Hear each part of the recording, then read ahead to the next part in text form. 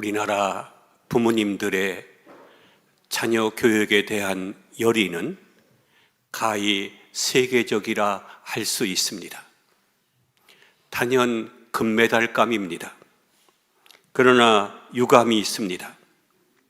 열의는 있는데 지혜가 부족하다는 것입니다. 방향이 빗나간 수고는 아무리 해도 소용이 없습니다. 먼저 바른 목적, 바른 가치관, 바른 교육이 있어야 됩니다. 여러분, 이스라엘 사람들을 보십시오. 미국에 사는 이스라엘 사람들은 미국 인구의 3%밖에 되지 않습니다. 세계 인구 비율로 보면 0.2%에 불과합니다. 그런데 미국 대학 교수의 30%가 유대인이요, 노벨상의 24%가 이스라엘 사람들입니다. 여러분, 놀랍지 않습니까? 그뿐만이 아닙니다. 현재 미국 백악관의 핵심 참모가 유대인입니다. 그래서 백악관의 정책이 유대인들의 손에 있다는 기사를 보았습니다. 이들이 제시하는 정책에 따라서 백악관의 정책이 결정되는 것입니다. 이 밖에도 뉴욕 타임즈, 워싱턴 포스트, 월 스트리트 저널 등 미국 3대 신문 주인도 유태인입니다. 이들이 이렇게 뛰어난 것은 자녀 교육에서 비롯된 것입니다.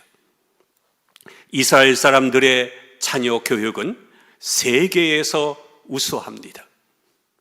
그들은 누구도 추종하지 못할 만큼 교육에 대한 바른 생각을 가지고 있습니다. 우리는 자녀들을 어떻게 키워야 할까 생각해 보겠습니다. 첫째는 어릴 때부터 하나님의 말씀을 부지런히 가르쳐야 됩니다. 오늘 본문 6절과 7절에 보면 이렇게 말씀하고 있습니다. 오늘 내가 네게 명하는 이 말씀을 내 자녀에게 부지런히 가르치라고 했습니다. 어릴 때부터 하나님의 말씀을 부지런히 가르쳐야 됩니다. 어떤 사람이 랍비에게 물었습니다. 이스라엘 사람들은 어떻게 자녀들을 가르치고 있습니까? 랍비가 대답합니다. 일찍부터 가르치기 때문입니다. 아주 간단한 대답이죠. 2살 난 아이를 업은 어머니가 랍비에게 물었습니다.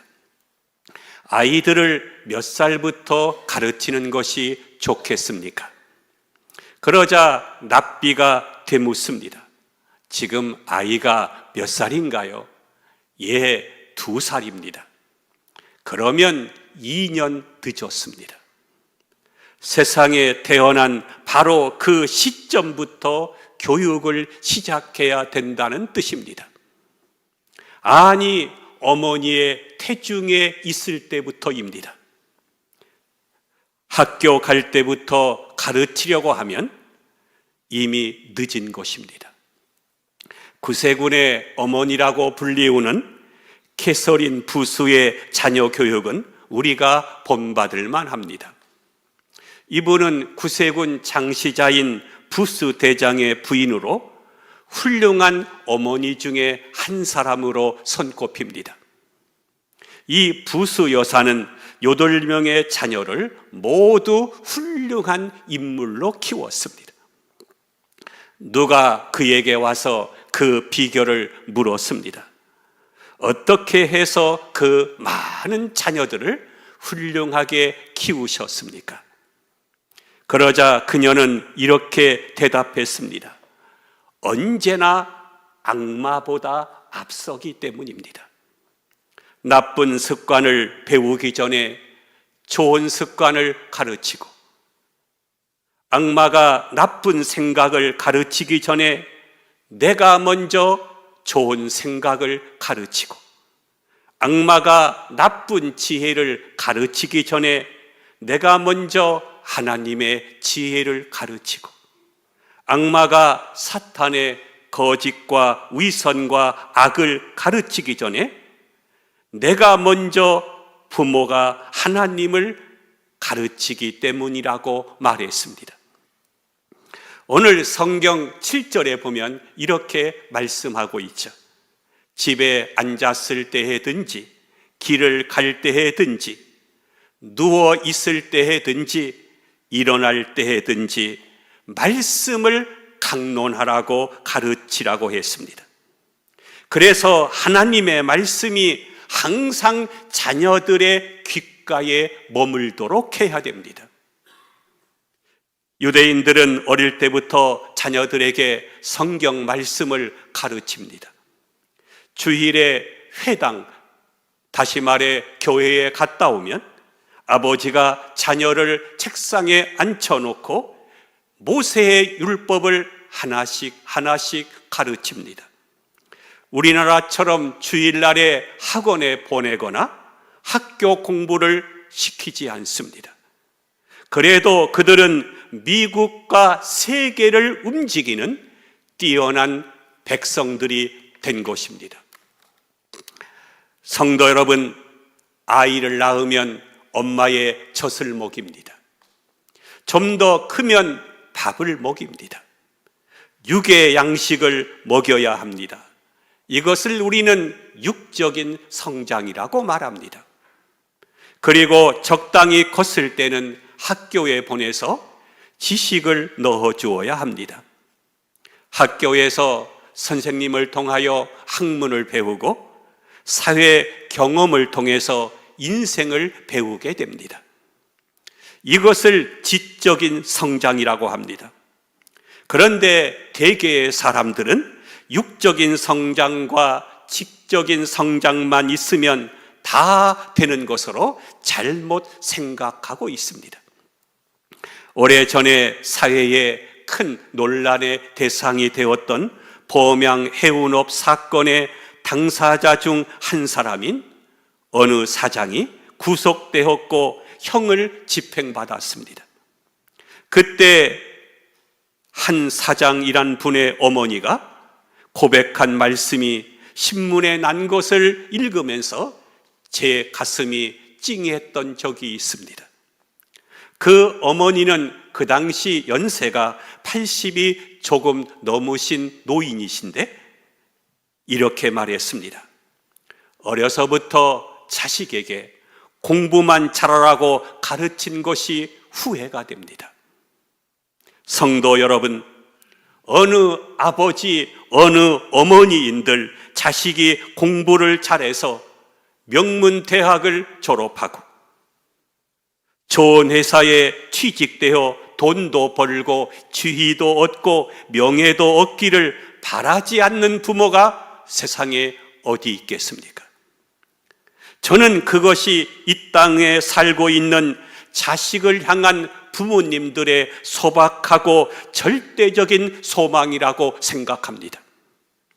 부모가 그런 소망을 갖는 것은 하나도 나무랄 것이 없는 일이라고 생각합니다. 그런데 그 어머니의 후회는 거기에 있지 않습니다. 공부를 잘하고 인류 대학을 나와서 좋은 회사에 취직했습니다마는 지금 지내놓고 보니 교육을 잘못 시켰다고 후회하는 것입니다. 공부 잘하고 세상 지식만 넣었더니 지식인은 될 수 있었고 출세하는 사람은 될 수 있었는지 모르지만 사람이 안 되었다는 것입니다. 그러므로 교육만 가지고는 안 됩니다. 육체적인 성장과 함께 지적인 성장이 있어야 됩니다. 그러나 한 가지 더 플러스 되어야 하는 것이 있습니다. 그것은 바로 영적인 성장입니다. 우리가 잘 알고 있는 요한 3서 1장 2절과 3절에 이런 말씀이 있습니다. 사랑하는 자여, 내 영혼이 잘된 같이 내가 범사에 잘되고 강건하기를 원하노라. 형제들이 와서 내게 있는 진리를 증언하되 내가 진리 안에서 행한다 하니 내가 심히 기뻐하노라 라고 했습니다. 나의 자녀들이 진리 안에서 행한다는 것은 말씀 안에서 신앙으로 행한다는 것입니다. 돈을 벌되 바르게 벌고, 돈을 쓰되 바르게 쓰고, 지식이 있되 바르게 행하는 것이 진리 안에서 행하는 것입니다. 요즘 정치인들이나 고위급 인사들의 비리를 자주 보게 됩니다. 성공하라고만 가르쳤지 바르게 살고 정직하게 살라고는 가르치지 않았기 때문입니다. 어느 사형수의 이야기입니다. 하나님을 믿지 않고 전도를 전혀 받아들이지 않는 어느 무신론자가 있었습니다. 그런데 사형 집행을 며칠 앞두고 갑자기 목사님을 찾는 것입니다. 그래서 목사님이 물었습니다. 성경을 보고 싶은 생각이라 예수 믿고 싶은 생각이 드셨습니까? 그때 사형수가 대답하기를, 목사님, 저는 교회에 다니지 않습니다. 그러나 초등학교 때 친구를 따라 교회를 몇 번 가본 적이 있는데 그때는 교회에서 상을 준다고 해서 따라가 본 적이 있습니다. 그런데 그때 몇 번 따라가서 교회 선생님을 통하여 들은 하나님의 말씀이 생각이 납니다. 하나님이 세상을 이처럼 사랑하사 독생자를 주셨으니 이는 저를 믿는 자마다 멸망치 않고 영생을 얻게 하려 하심이라. 그 말씀이 오늘 제 가슴에 살아서 제 마음을 꽉 채우고 있습니다. 도무지 잊어버리려고 해도 잊혀지지 않습니다. 그래서 목사님께 성경을 넣어달라고 부탁을 드린 것입니다. 여러분, 이 얼마나 소중한 고백입니까? 장난꾸러기 어린 시절에 상 준다고 해서 친구를 따라 몇 번 갔던 교회, 그때 들은 몇 마디 말씀이 가슴 속에 씨가 되어 있다가 지금 싹이 나서 열매를 맺게 된 것입니다. 우리가 잘 아는 미국의 16대 대통령인 아브라함 링컨이 부모로부터 풍족한 재산이나 아무런 재물도 물려받지 못했습니다. 어릴 때 어머니가 돌아가시면서 어머니가 읽던 낡은 성경책 한 권을 바로 링컨에게 유산으로 물려준 것입니다. 링컨은 너무 가난해서 공부를 하지 못했지만 혼자 독학해서 변호사 시험에 합격하고 상원 의원까지 당선되었다가 나중에 미국 대통령까지 된 것입니다. 두 번째로 우리 자녀들에게 기도하는 생활을 가르쳐 주어야 합니다. 우리 자녀들은 귀로 듣는 교육보다 몸으로 실천하는 교육에 더 큰 영향을 받습니다. 옆으로 기어가는 어미개가 너는 똑바로 걸어가라고 해도 어미 따라서 옆으로 걷지 바로 걸을 수가 없습니다. 부모가 10마디를 하는 것보다 부모가 행하는 한 가지 행동을 보고 자식들도 그대로 따라하는 것입니다. 여러분의 자녀들에게 아무리 좋은 여건과 풍부한 환경을 물려준다고 해도 하나님 앞에 엎드려서 기도하는 모습을 가르쳐 주지 않으면 그 자녀들이 세상을 살아가다가 어려움이 있으면 절망하고 낙심하고 쓰러지고 넘어지고 맙니다. 그러므로 하나님 앞에 무릎 꿇는 것을 어릴 때부터 가르쳐 줘야 합니다. 나는 연약해도 하나님이 나를 도우시면 기도를 통해서 내가 다시 일어날 수 있다고 하는 믿음을 가져야 됩니다. 그러기 위해서는 먼저 부모가 하나님 앞에 무릎 꿇는 사람이 되어야 합니다. 어릴 때부터 기도하는 법을 가르쳐 주어야 합니다. 어제는 사위와 함께 저녁 식사를 했습니다. 이제 작은 손자가 이제 5월 5일 날이 두 번째 생일입니다. 그런데 식사 기도를 하고 예수님 이름으로 기도드렸습니다 하니까 그 작은 손자가 아멘 하고 밥을 먹습니다. 어릴 때부터 기도하는 모습을 가르쳐 주어야 합니다. 성 어거스틴은 젊은 시절 방탕한 삶을 살았습니다. 술과 여자로 살았습니다. 낙심한 어거스틴의 어머니 모니카는 어느 날 감독을 찾아가서 어떻게 하면 좋겠느냐고 말했습니다. 그때 감독이 말하기를, 어머니, 기도하는 어머니가 있는 한 그 자식이 잘못되는 법은 없습니다. 계속 기도하십시오. 하나님이 들으십니다. 어머니 모니카는 날마다 눈물을 흘리며 어거스틴을 위해서 기도했습니다. 그 후 어거스틴은 방탕한 삶에서 돌아왔고 참회록을 쓴 유명한 성자가 된 것입니다. 세 번째로 자녀들의 생활의 중심지가 교회가 되도록 해야 됩니다. 이스라엘 백성들은 언제든지 성전 중심 생활을 했습니다. 다니엘이 바벨론의 포로로 잡혀갔어도 그는 예루살렘을 향하여, 성전을 향하여 창문을 열어놓고 하루에 3번씩 기도했습니다. 모든 식물은 그 결실이 어디에 뿌리를 내리고 있느냐에 달려 있습니다. 사랑하는 성도 여러분, 이 시간 냉정히 우리의 생활의 중심지가 어디인가를 살펴보시기를 바랍니다. 이스라엘의 마지막 사사는 사무엘이었는데 그는 흠없는 지도자였습니다. 그러나 그런 지도자가 우연히 일어난 것은 아닙니다. 그의 어머니 한나의 기도로 이루어진 것입니다. 사무엘의 어머니 한나는 하나님 앞에 기도하기를, 하나님 아버지, 아들을 두시면 그의 머리에 삭도를 대지 않고 하나님께 드리겠다고 서원 기도를 합니다. 어머니 한나는 하나님께 서원한 대로 아들을 하나님의 성전에 드렸고 성전 안에서 자라도록 했습니다. 하나님의 음성을 들을 수 없었던 타락하고 문란한 시대에 하나님은 사무엘을 불러서 하나님의 음성을 들려주었습니다. 그래서 한 시대를 움직이는 사람으로 쓰임받게 된 것입니다.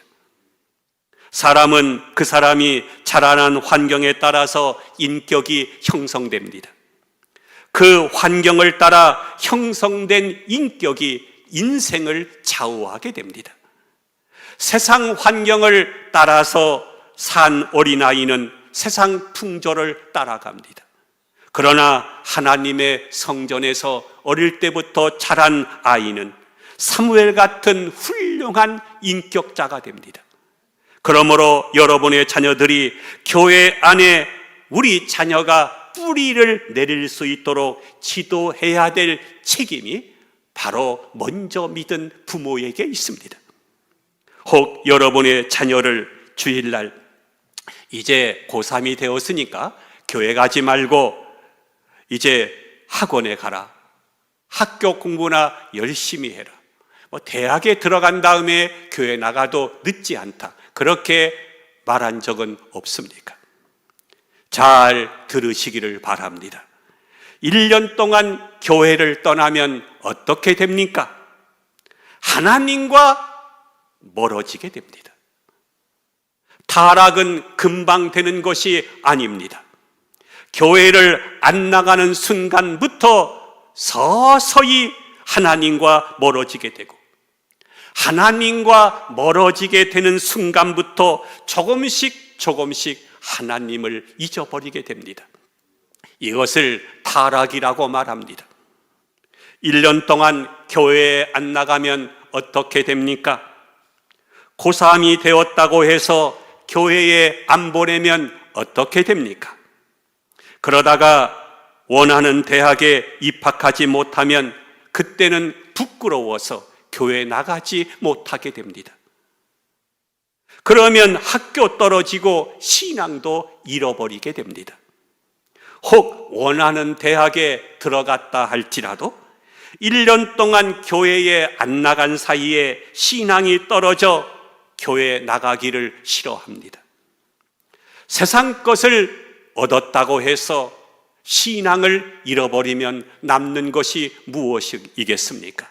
성경에 보면 천하를 얻었다 해도 내 생명을, 영생을 잃어버리면 무엇하겠느냐고 성경은 말씀하고 있습니다. 2차 대전 때 유태인 600만 명을 대량 학살하고 수없이 많은 생명을 앗아간 히틀러의 참모였던 밀링이 사형 집행전에 남긴 마지막 유언이 있습니다. 그것은 내 딸을 교회에 보내주세요. 이것이 나의 마지막 소원입니다. 라고 말하고 숨을 거두었다고 합니다. 칼럼니스트 벤 뷰렌이 쓴 부모의 기도는 오늘날 부모님들에게 좋은 지침이 되고 있습니다. 함께 듣고 가슴에 새겼으면 좋겠습니다. 오 하나님, 저를 훌륭한 부모 되게 하옵소서. 내 자식 보고 훌륭한 사람 되라고 말하기 전에 내가 먼저 훌륭한 부모가 되게 하옵소서. 내 자식을 이해할 수 있게 하시고 그들이 말하는 것을 진지하게 듣게 하시며 그들의 질문 후에 부드럽게 대답할 수 있도록 하여 주옵소서. 나로 하여금 그들의 생각을 가로막거나 꾸짖지 말게 하시고 그들이 어리석은 짓을 하거나 실수했을 때 비웃지 않게 하여 주옵소서.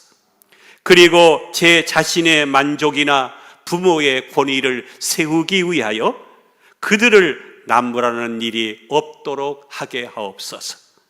매 순간마다 나의 말과 나의 행동을 통하여 정직한 것이 옳다는 것을 일러줄 수 있게 하여 주옵소서.